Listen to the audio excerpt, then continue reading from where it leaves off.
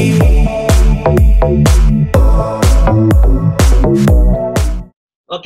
Assalamualaikum warahmatullahi wabarakatuh.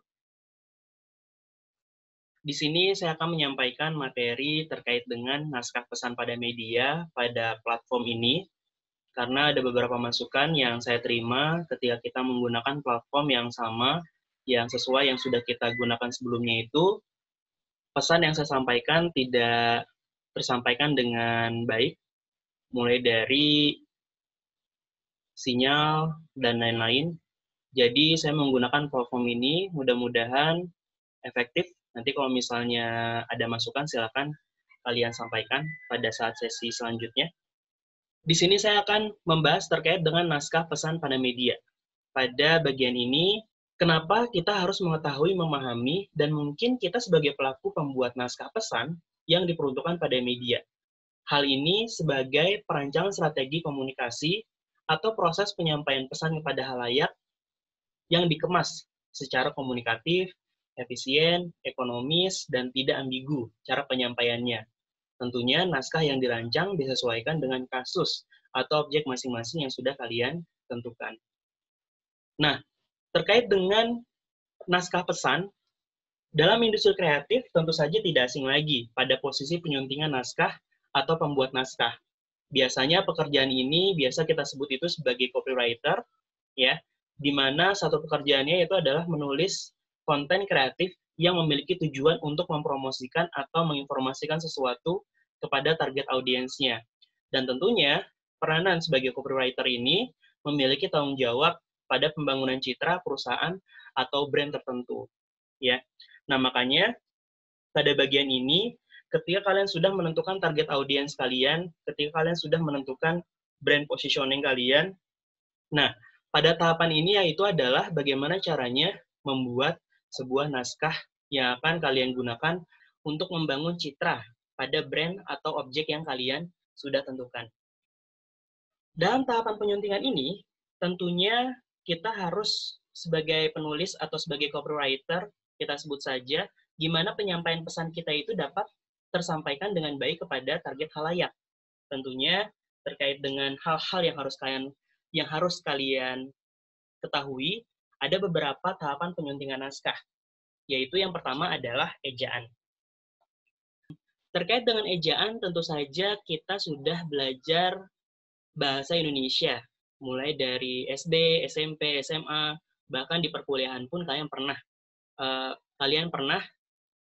belajar bahasa Indonesia, gimana caranya melakukan bicara dan menulis secara baik, ya. Nah, di sini terkait dengan ejaan dalam menulis naskah, yaitu adalah tatanan bahasa yang berlaku yang digunakan ketika kita ingin membuat sebuah kalimat. Di mana hal-hal yang perlu kalian perhatikan itu adalah pemakaian huruf, pemanggalan kata, pemakaian huruf kapital, huruf miring, kemudian pemakaian tanda baca, dan lain-lainnya, sampai dengan unsur serapan. Bisa kalian baca sendiri di sini, ya. Nah, itu yang harus kalian perhatikan. Hal pertama yang harus kalian perhatikan ketika kalian ingin membuat sebuah naskah atau kalimat. Kemudian, yang selanjutnya itu yang harus kalian perhatikan adalah tata bahasa, di mana tata bahasa ini berkaitan dengan hal-hal yang lebih kompleks, yang berkaitan dengan kata dan kalimat. Dalam tata bahasa, di sini ada beberapa yang harus kalian perhatikan, salah satunya adalah bentuk kata, kemudian pemilihan kata, kemudian ada pemakaian kata-kata tertentu, dan pemenggalan judul. Nantinya di sini kalian gunakan untuk membuat efisiensi kata-kata atau komunikatif kata-kata yang sudah kalian rancang sehingga pesan yang kalian sampaikan dapat tersampaikan dengan baik kepada target audiensnya. Yang pertama dari tata bahasa itu ada bentuk kata, di mana bentuk kata ini berkaitan dengan seluk-beluk kata dalam bahasa. Ya misalnya pengolahan kata bentuk yang sama, pengolahan kata bentuk yang sama, maknanya berbeda. Kita sering sekali menemukan hal-hal seperti itu, atau bentuknya mirip, maknanya berbeda, atau bentuk yang benar dan bentuk yang salah kaprah.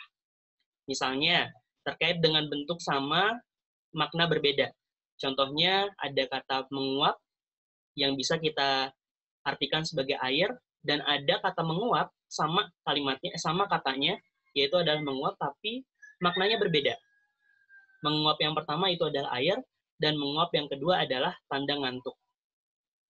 Dan contoh yang lain bisa mengukur jalan dan lain-lain, dan yang lain juga bisa mengukur kelapa, gitu ya. Kemudian yang selanjutnya, ada bentuknya mirip, maknanya berbeda. Contohnya sah, artinya resmi, atau syah, gitu ya, raja, syarat, penumpang, syarat, ketentuan, dan lain-lain. Kemudian, bentuk yang benar dan bentuk salah kaprah. Misalnya dimungkiri, ini bentuk yang benar, ada juga beberapa yang menyebutkan dimungkiri itu adalah dipungkiri. Nah, ini bentuk yang salah. Kemudian terkait dengan kata anutan dan panutan, dan hal-hal lainnya yang harus kalian perhatikan, supaya kalimat-kalimat yang kalian gunakan itu dapat diterima dengan baik oleh target audiensnya. Kemudian dari tata bahasa, yaitu selanjutnya ada pemilihan kata. Pemilihan kata di sini, kalian bisa menggunakan makna-makna yang hampir sama atau bersinonim, tetapi bentuknya berbeda. Notnya, ya ketika masuk dalam kalimat, kata-kata ini tidak dapat diperuntukkan secara mutlak. Jadi kalian bebas menggunakannya. Misalnya, atau contohnya ada kata segala. Kalian bisa menggunakan segenap. Kemudian seluruh, kalian bisa menggunakan semua. Nah, nanti hal-hal yang memang kaitannya dengan persamaan kata, bisa kalian gunakan. Sehingga ada unsur-unsur baru yang kalian gunakan pada proses penyuntingan naskah yang akan kalian gunakan pada saat proses penyuntingan naskah. Kemudian yang selanjutnya, ini ada pemakaian kata-kata tertentu. Misalnya, penggunaan kata adalah sebagai penjelas dan ialah sebagai definisi. Kata antar sebagai kata dasar seperti pengantar, mengantar, dan lain-lain. Atau menggunakan kata antar sebagai awalan terikat, seperti antar daerah, antar mahasiswa, dan lain-lain. Nah, ini bisa kalian gunakan sesuai dengan kebutuhan. Kemudian pemenggalan judul, yang berkaitan dengan pemenggalan judul yang harus diperhatikan pada penempatan konjungsi atau kata penghubung. Ya, misalnya kalau misalnya dicontohkan pembelajaran kreatif dan inovatif untuk siswa tingkat SMA misalnya. Nah, ini untuknya itu dia berada di akhir kalimat, kemudian ada yang menggunakan kata untuknya itu menggunakan baris baru. Ya, jadi hal-hal yang memang berkaitan dengan ketidakserasian makna, ini harus kalian coba perhatikan bagaimana caranya penempatan konjungsi atau kata penghubungnya supaya dapat dibaca dengan baik. Seperti itu. Kemudian yang lainnya ada gaya bahasa atau penggunaan majas. Ya, di sini majas-majas tentunya pemanfaatan kekayaan bahasa yang dapat kalian gunakan pada saat kalian membuat sebuah naskah. Ya, di sini ada beberapa majas yang bisa kalian kenali. Salah satunya ada majas perbandingan. Majas perbandingan itu ada contohnya metafora, gimana caranya kalian membandingkan sesuatu benda dengan benda lain karena mempunyai sifat yang sama atau hampir sama gitu ya.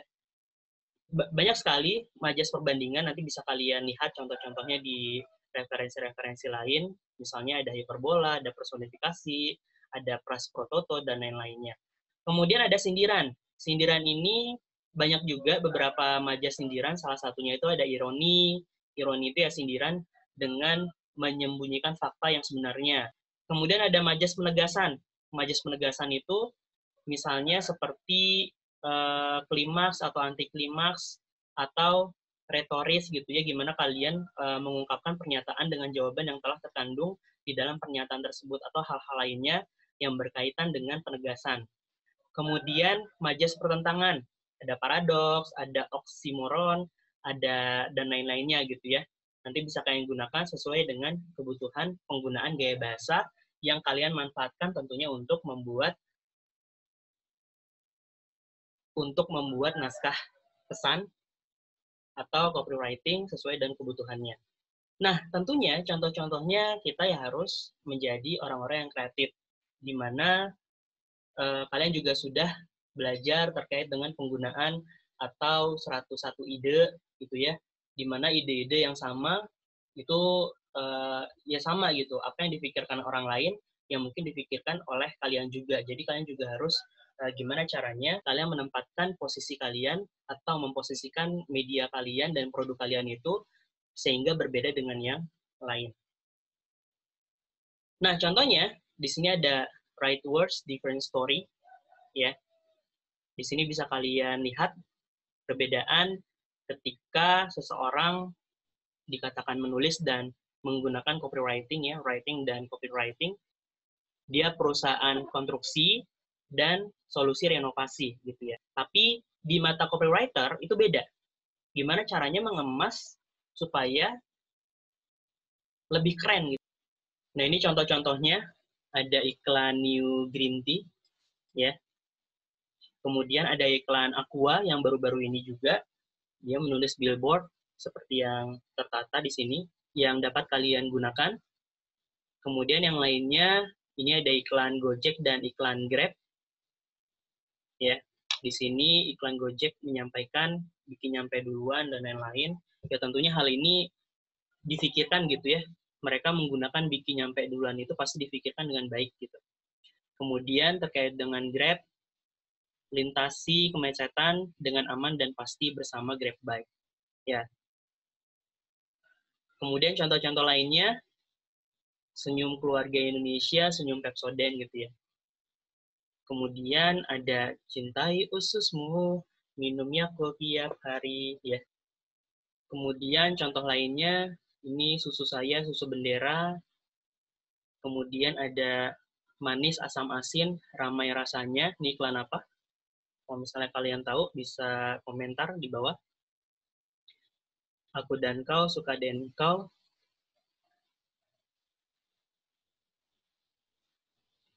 Tulisannya benar ya. Nah, unsur-unsur penting lainnya yang harus kalian ketahui, ini ada kurang lebih 8 ya, yang harus kalian ketahui ketika kalian membuat sebuah naskah atau membuat sebuah konten kreatif. Ya. Yang pertama adalah headline yang harus kalian perhatikan.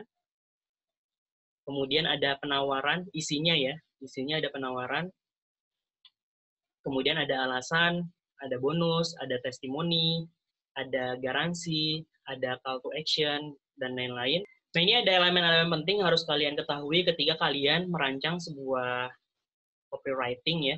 Mungkin ada beberapa referensi yang bisa kalian jadikan acuan juga ketika kalian membuat naskah pesan.